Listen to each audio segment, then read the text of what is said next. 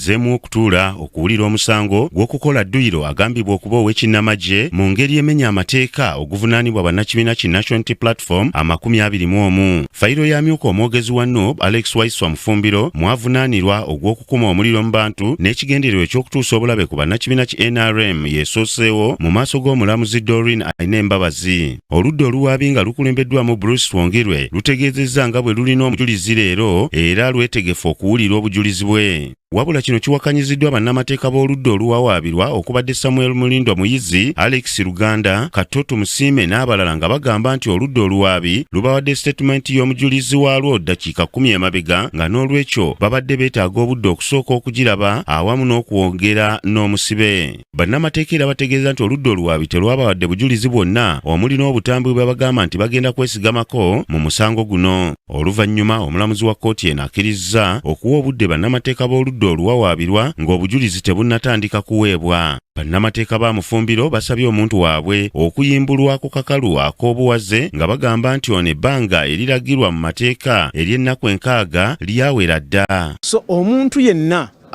asusse ennaku 6 kooti eba emulina emulimandinga mu kkomera abweru w'amateeka. Munnamateeka Katoto Musiime era ategeezezza omulamuzi ng'omuvunaanwa bwe yafiirwa omukyala ng'ali mu kkomera era nti ono yamulekera abaana 8 abamwetaaga okubalabirira. Wano Mufumbiro atuuse n'okukaabira mu kaguli ekireetedde bannamateeka okusaba kkooti okubeera ekisa gy'ali emuwe beyiro. Bano era balaze kkooti abayima 3 okubadde Baligeya Moses Mufumbiro, taata wa Waiswa Ssemakula Richard Kazibwe, ng'ono ssentebe wa LC1 Katende Bukasa era nga mukwano gw'omusibe awamu ne muganda wa Mufumbiro Kato Kenneth Wilson. Alex Waiswa Mufumbiro bw'atyo ategeezezza omulamuzi okuyimbulwa ku kakalu agenda alabirira abaana be ng'agamba nti mwetegefu okugondera buli kakwakkulizo konna akanaamuteekebwako wadde okumusibira mu nnyumba nga tafuluma. Omuwabi wa gavumenti Bruce Twongire asabye kkooti ereme kuyimbula Mufumbiro ku kakalu olw'ensonga z'ebyokwerinda saako nti n'ekyokuba ng'omusango guno gulimu ensonga y'abantu. Kkooti eyongezayo okuwulira omusango guno saako n'okuwa ensala ku by'okuwa Mufumbiro beyiro gy'asaba okutuusa ng'olunaku lw'omwezi 5 omwezi ogujja ogw'omukaaga omwaka guno ogwa 2026. Oluvannyuma fayiro ya bonna 21 bwe bavunaanibwa ogw'okukola dduyiro agambibwa okuba ow'ekinnamagye mu ngeri emenya amateeka eyitiddwa era ng'omusango guno guwulirwa omulamuzi Damali Agumasiimwe. Wabula kkooti ebadde yakatandika omusibe omu Faruku Baluku n'agweri n'azirika era wano bayisa ambyulensi okumuddusa mu ddwaliro. Kitegeerekese nti ono abadde amaze sabbiiti 2 nga mulwadde nga munnamateeka Samuel Mulindwa Muyizi bw'annyonnyola. Yatubuulidde nti abadde mulwadde okumala weeks 2 nga bamwadimitinga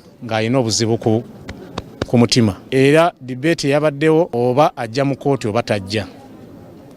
Nga Sauda Madada bw'atajja mu kkooti. Naye olw'okuba nga atukakasa nti abadde kukkanula nga talina buyambi bw'afuna obwetaagisa n'alowooza nti ajje mu kkooti akisabe kkooti. Tekisobose. Olusituse bwe nti okumusabira nga bwe yabadde andagidde n'azirika. Kati ekizibu kye tufunye nti mu kuzigirika kwe akubyewo omutwe agudde. Bw'agudde tetumanyi obuzibu wakati buli ku mutima gwokka.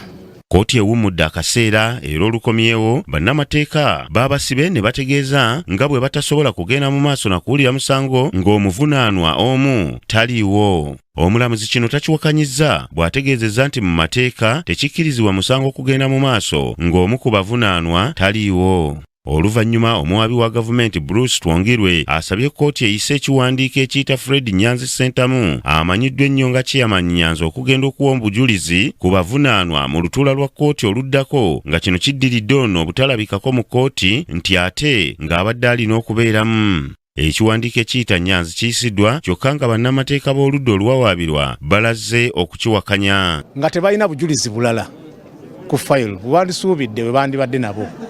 Mu kuwammanta ne batandika kulondoba mu bakulembeze baffe n'abakuumi b'ekitebe. Olwasembayo bali bonna be baali bawammanta nga babogerako emabega tebabaleeta baayita linnya limu erya Fred Ssentamu Nyanzi. Ezo summons ze baazifulumya twababuulira era kuba naye tubalooyawe ng'omukulembeze w'ekibiina nti summons teziri mu mateeka.